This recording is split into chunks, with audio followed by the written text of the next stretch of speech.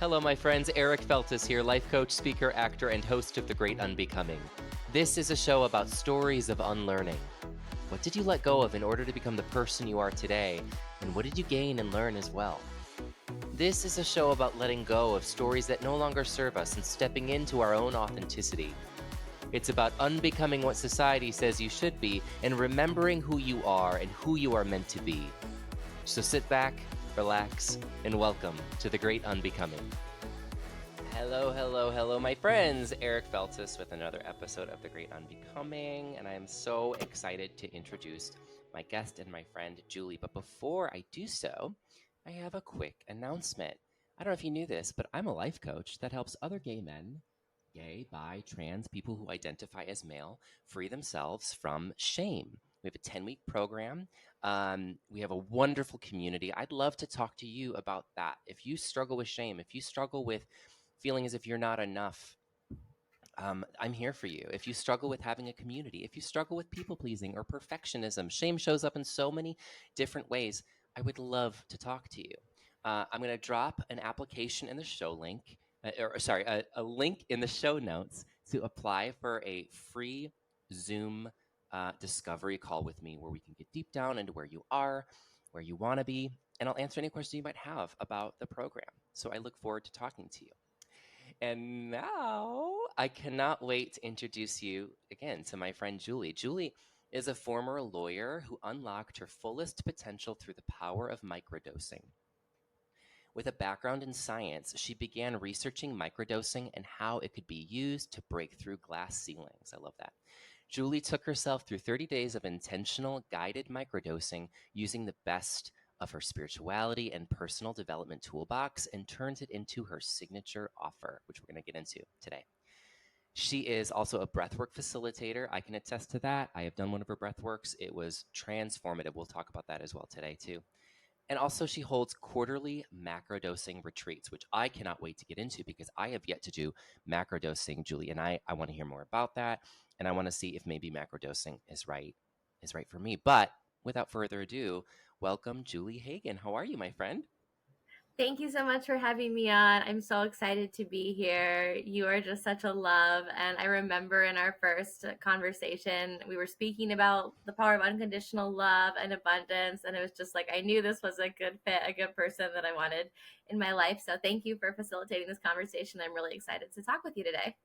I'm so excited to have you here. And you create such a safe environment that made it so easy for me to be vulnerable. I know you're an expert at this, but I think that one key, and you drive this home in your program a lot. One key to microdosing is you are right where you're supposed to be. You constantly reminded me, whatever you're feeling, whatever's coming up for you, you're right to feel that. And it's exactly what you need. The universe, God, higher power, your body, whatever you want to call it, is giving you what you need in this moment. And I think that there is suffering in the resistance. And I want to talk about my own suffering through the program when it's time, but I recognize that too. Oh, no, that's not what I'm supposed to do. I'm not supposed to feel that way. I should, there's that word should, feel this way. But when we stop shooting on ourselves, we realize that we're getting everything that we're supposed to get. How do you feel about that? I truly 100% know in my body that emotions are our greatest teachers. And this idea of you should not feel a certain way. I love that you said don't shit on ourselves because we shouldn't. And even though I said should, and everyone shoulds on us, right? But we learn this Right. at a young age from well-intentioned people, I believe, because I love to hold in my heart unconditional love for everyone and do my best, even when people really upset me and hurt my heart, to believe that we're all doing the best with what we can. But our parents even say like, "Oh no, don't be upset," or "Don't cry, it's okay." What if we don't feel okay? And I'm not a parent, so I don't have a solution. Even if I was a parent, I wouldn't have a perfect solution because our parents are always going to trauma, big T, little t, traumatize us in whatever way. That's just the nature of being a human. But Right. when we don't allow ourselves to meet our feelings wherever they are, we end up creating this sort of cancer that grows within us. And the more we can just meet the feeling, acknowledge it, fully experience it, the quicker not only will it move on, but the better off we are inside and outside. So beautifully said. And it reminds me of something that I said to my one of my clients. yesterday, actually. And I don't know if I heard this from you, but I've heard this from a couple people is like, observe how a child allows their emotions to flow through them. A child will throw a temper tantrum and throw their bodies on the ground and scream and wail. I mean, they're kind of crazy. And then 5 minutes later, they're like skipping and they're fine. And the mom's like, "What?" Or dad's like, "What the heck just happened?" But in reality, children have yet to learn or feel as if they quote unquote should hide those emotions because it's not appropriate for whatever reason. That's why I call this podcast "The Great Unbecoming." We're learning how to unbecome those behaviors that no longer serve us. Children know, we all know, we're masters as children to allow those emotions to flow through us. And I think for me, your program kind of helped me to tap into that inner child in that way a little bit. That's so beautiful. I'm so happy that that was supported for you in that way. And yeah, children haven't learned to internalize our feelings, their feelings, and it's like animals in the wild. When they something happens to them, whether they get attacked or anything else, and they get away, they shake it off, right? They literally let it move through their body, and that's why you spoke about breath work. That's why breath work and somatic practices are extremely important and necessary in this work because the hurt doesn't only occur like in our head and in our heart, it's literally in our body, and we get to Mm. find a way to move it through. It's so well said. And one thing that I try to do in my program is create both left brain, right brain, and whole brain exercises, depending on what we need. There are times where I need to journal. There are times where I need to get the words out. There are times where I need to lean on Byron Katie's 4 questions and put some negative thoughts on trial. And there are also times where I feel it and I don't want to rationalize it. I want to feel it and I want to allow it to move through me. So something like breath work allows the energy to move through us without feeling like we need to keep score or rationalize or quantify. And I think that your program does the same thing. You also have things like written work, you have things like getting in touch with nature, with meditation, with forgiveness and journal, and also again with that breath work. So I think you do the same thing with your whole body approach, whole body, whole mind approach. Yes, I totally agree. Like that's the way to go, right? I love that you said left brain, right brain, whole brain. It's we get to take care of all of ourselves, not just one certain part. Yeah. Now, I do want to talk about your journey, but first, it's possible that some people are here and they're hearing microdosing, mushrooms, right? There can be a very negative connotation. So, would you mind just providing us a couple of quick snack size, scientific, backings behind this, and how, what the data says about microdosing and about psilocybin, and also what psilocybin is? Of course, yes. So psilocybin is the active molecule component in magic mushrooms. And I totally understand if people have initial hesitations and reservations about this because, like so many things in our culture, there has been a ton of propaganda and misinformation spread by the government, by the powers that be. But when this substance was first brought to the United States from Mexico back in the 50s, it was touted as a medical miracle for especially addiction. The ways that addiction, anxiety, depression, PTSD, OCD work in our brain are all very similar and linked. So it works on a multitude of things. But at the highest level, what it does and what more research is showing us, because research is coming back and it's becoming more and more research backed after research was stopped in the late 60s, Nixon, Reagan, the whole war on drugs, the whole thing. But research is showing us that it allows our brain to quiet down the parts of our brain that chatter and tell us not so great things about ourselves. And it kind of gives our brains like a hard reset. So the thoughts you would normally go to of I'm not good enough, there's something wrong with me, I can't do it, are sort of flushed out, erased. And then we have the potential, when we pair it with intentional learning, which is why it's so important to be guided, to Yeah. create a new, more supportive belief. And it really is so powerful. And microdosing, I just want to say this, does not result in a trip. You're not going to trip. And I think that's someone's biggest concern, and rightfully so. You don't want to think like, oh my God, I can't go about my day. I can't do anything. You definitely can. You are so safe in this experience. And it's very powerful, effective, safe, sustainable, integrative. Like, it's to me the best solution for these things because it's natural and it doesn't give you these side effects that so many things do. You know what? I love that you said that, and it's so true because that was one of my first questions. I'm like, will I be able to drive after this? Will I be able to hold space for clients after this? And the answer is yes. And, tell me if I feel like you told me this already, that usually it has, one microdosing capsule has less of an effect than a cup of coffee on you. Is that right? Did I get that right? Yes, 100%. Less than a cup of coffee, or if you smoke marijuana, or less than a gummy if you chew marijuana, or less than a Benadryl, even. Like Benadryl to me really makes me loopy. Oh, So that any makes of me these are knock out. less.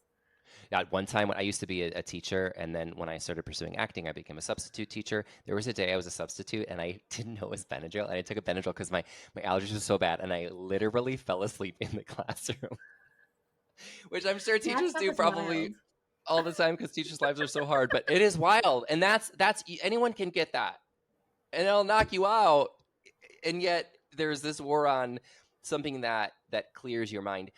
You know, one metaphor that I've kind of adopted with microdosing is it's almost like without microdosing, I'm like, I live in LA, so this resonates with me. Is like I'm in a jam-packed, I'm going down the 101, and it's like I can't get around, and I'm frustrated, and I'm cooped up, and I can't get to where we need to be.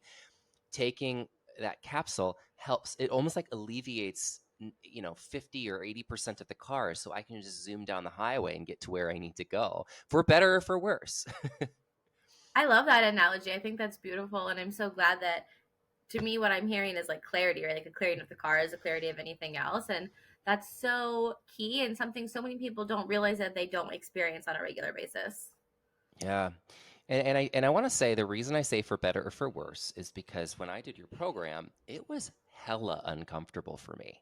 Um, I don't know if you remember, but also, y'all, don't ask the universe what you want unless you're ready to actually get what you're asking for. I asked the universe to help me to let go. There was a lot I needed to let go of.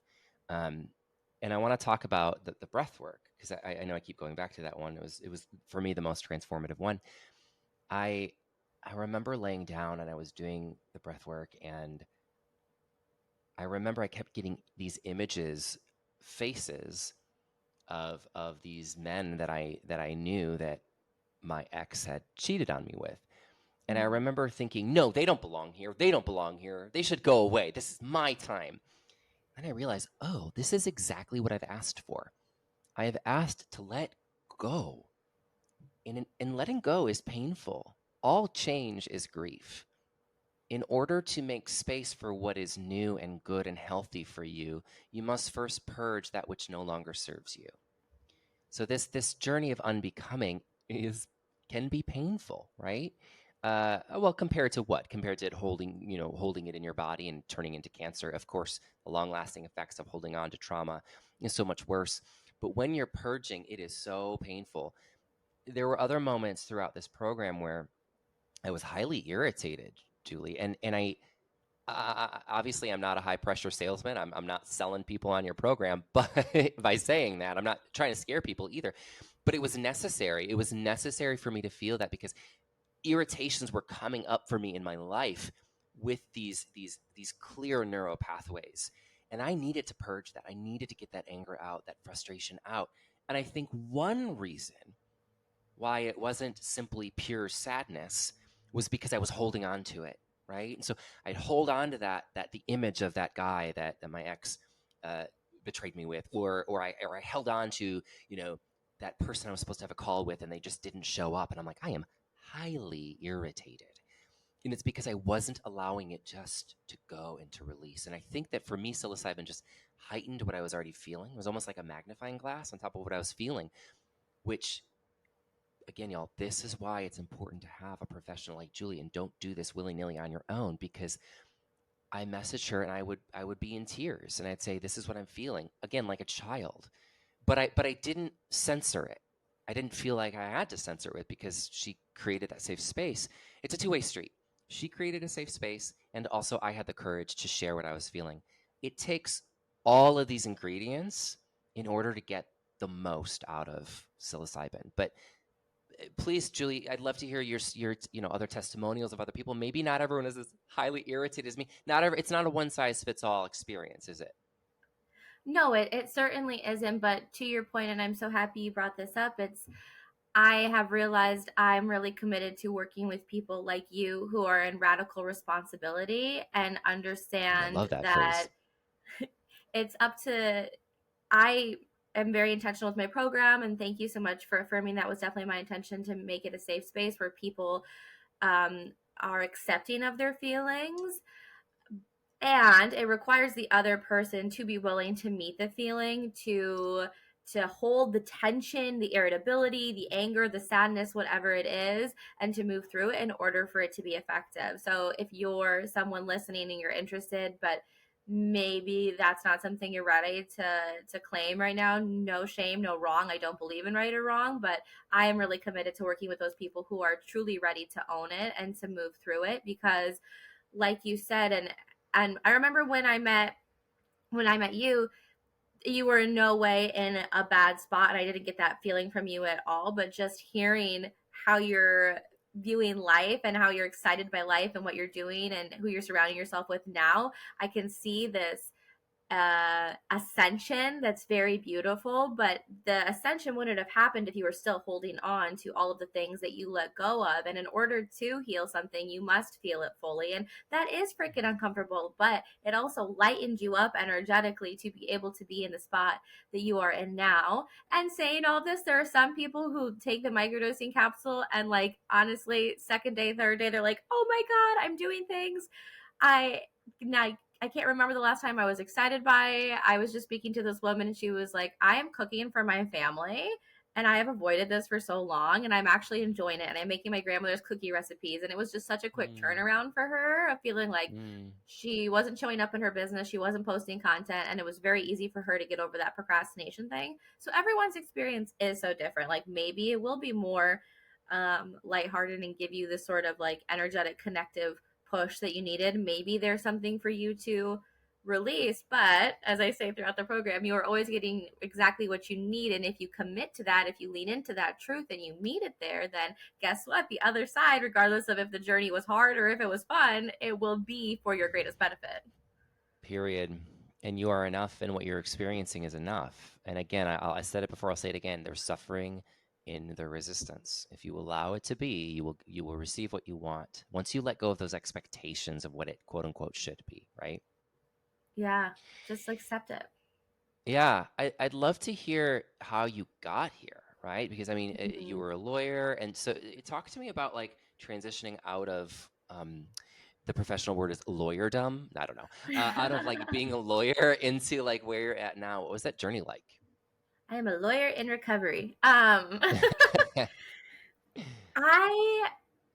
again, I love my mom. She is my favorite person, and I really think parents are some of our greatest teachers, and I truly believe we were paired with our parents to work through some karmic stuff, because oh my lord, does she trigger me.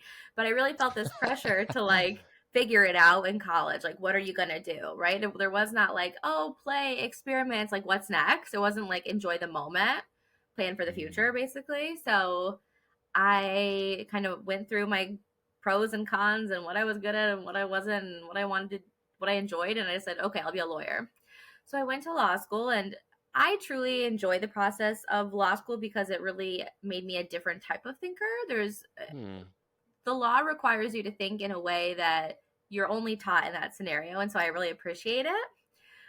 However, when I got into practice, the biggest thing was I didn't feel like I was effectuating justice, right? Like, I see ways that laws are not made for the benefit of people, for the marginalized, for the, um, the persecuted in society. It mm, re-persecutes people. And mm, there's so much, I feel, bias and racism and prejudice against others, whatever other is different from the person who's laying down the law. And it made me sad. It made me feel like a crappy person. And I ended up just partying a lot. Truth be told, I did a lot of drugs. And it's interesting because I didn't do psychedelics. Psychedelics to me are very healing. And I consider them medicines, and I use them as medicine. But the things that I was doing, like, they weren't that. I was drinking a lot, and I was just deeply unhappy. I would go to work, quick work, come home, eat really unhealthy food, wouldn't move my body, and I would just like numb out on Netflix because I was so scared of sitting with myself, of like feeling how I really felt, of acknowledging my anxiety, my overwhelm, my inner disturbances. And when I would kind of slip out, I would ruminate and I would get stuck on a thought and I would think, oh my God, my boss hates me. Whoever I was dating at the time hates me. I was always dating the same jerk off with a different face, you know, same personality Sometimes traits. the same face too, which is annoying. Yeah, that one really isn't fun. But and I just was like, you know what? I have to make a change. And it didn't come right into this. It didn't come right into this psychedelic world, but I did do a personal development program that really opened my eyes.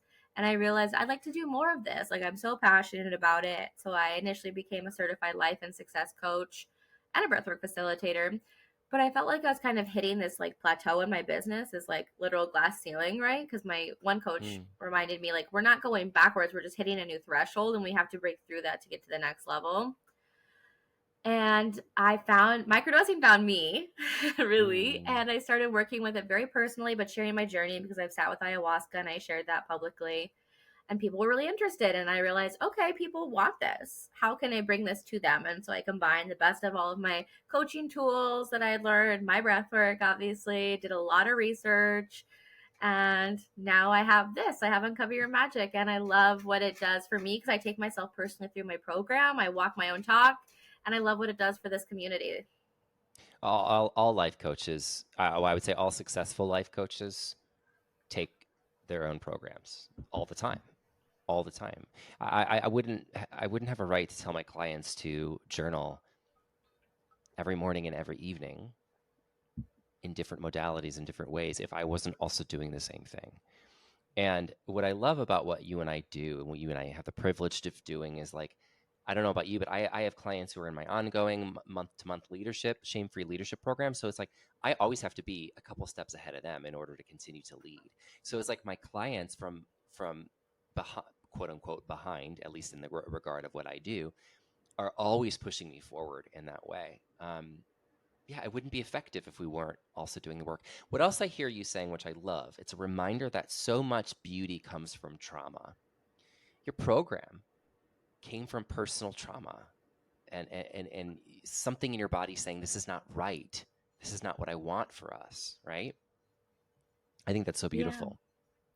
Yeah. I mean, I think we can learn through pleasure, and I'm leaning into that idea of learning through pleasure, but for so many of us, we are learning through pain. Yeah, yeah. And I also say that because I think it's easy for people to hear you talk or hear what we talk about in this podcast or in my program and think, oh, I will never be there. But we've been doing this work for a very long time. It doesn't happen overnight. It starts, I want to say, like, if you can envision this beach and you want to be this beach, the beach isn't going to happen overnight. But can you create one grain of sand right now in this moment to throw in the area where you want the beach? If you throw one grain of sand every day, you will have that beach that you want. It does not happen overnight. So don't listen to Julie and think, oh, I'll never be there.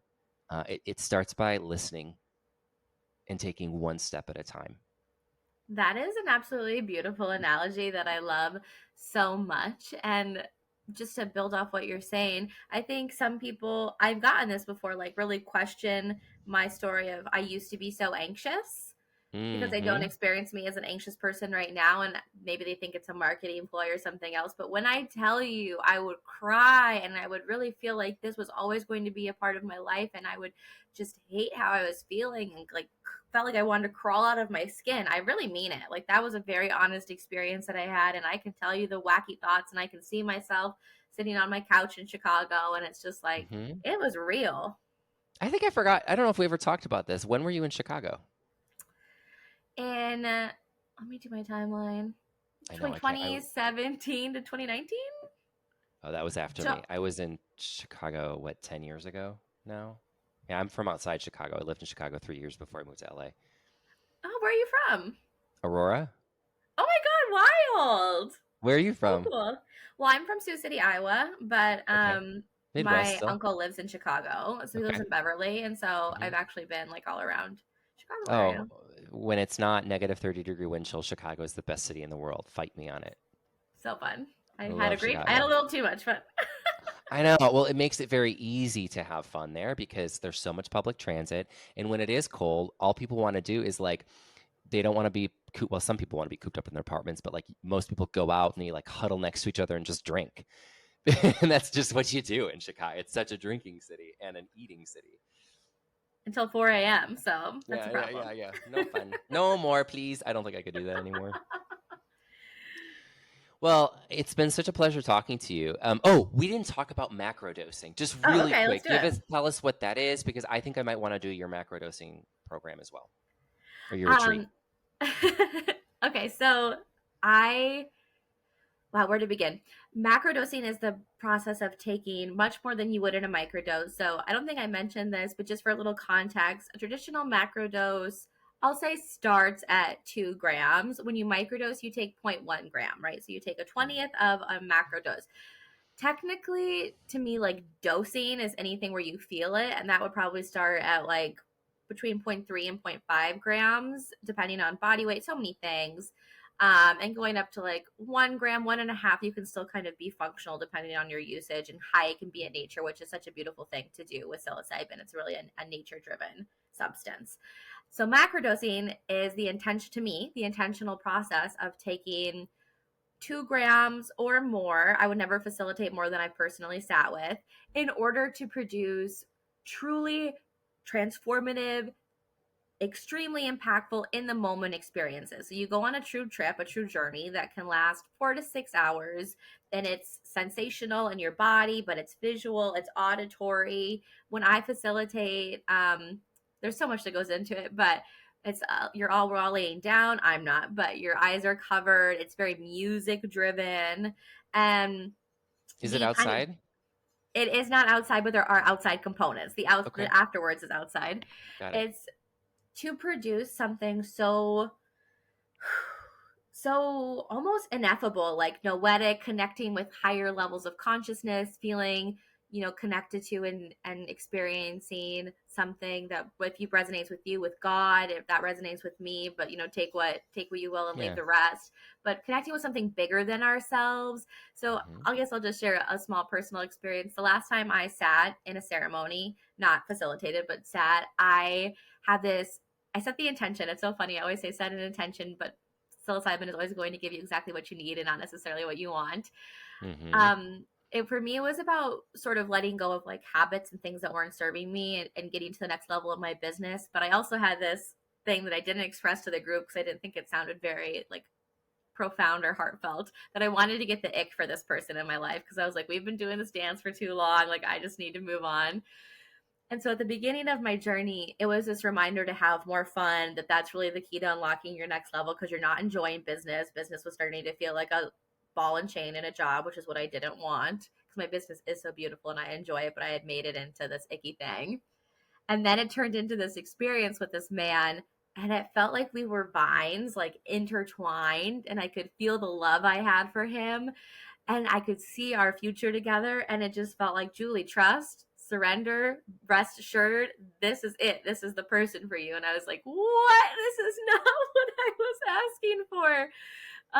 And it's so wild within 24 hours of that trip, because he really wanted to know like what was going on and how it went. He was worried. So I just got my eyes done with LASIK, and I was talking to him, and I was very hesitant to sort of say all this, right? Because I'm like, oh, I don't know how this is going to be received. And he goes, will you be my girlfriend? Like, let's just stop doing this. And I was like, okay, of course, mushrooms. Why not? Yeah. So really, like, life-changing things can happen from a macro dose, but what I feel like is missing in this area of this world is integration.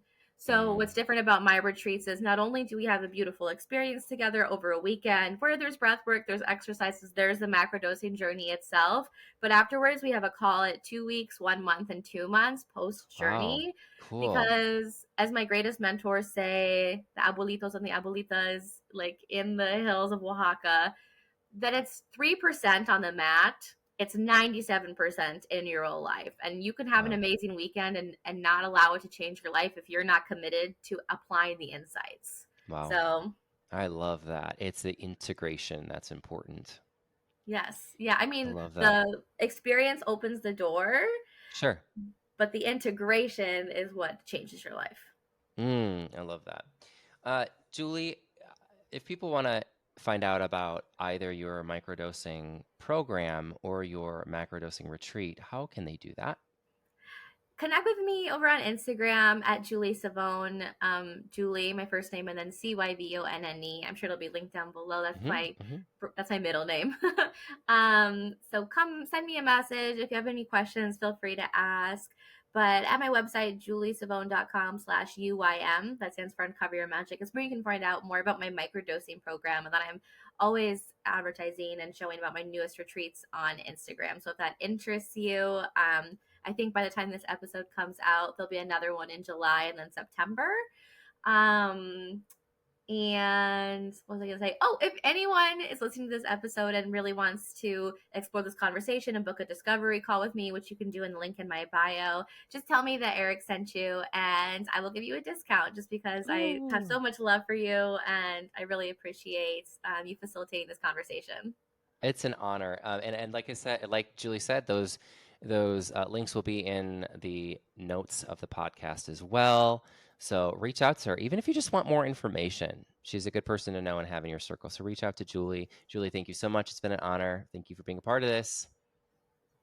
Everyone Thank else, you I so will see much. you next week. Bye.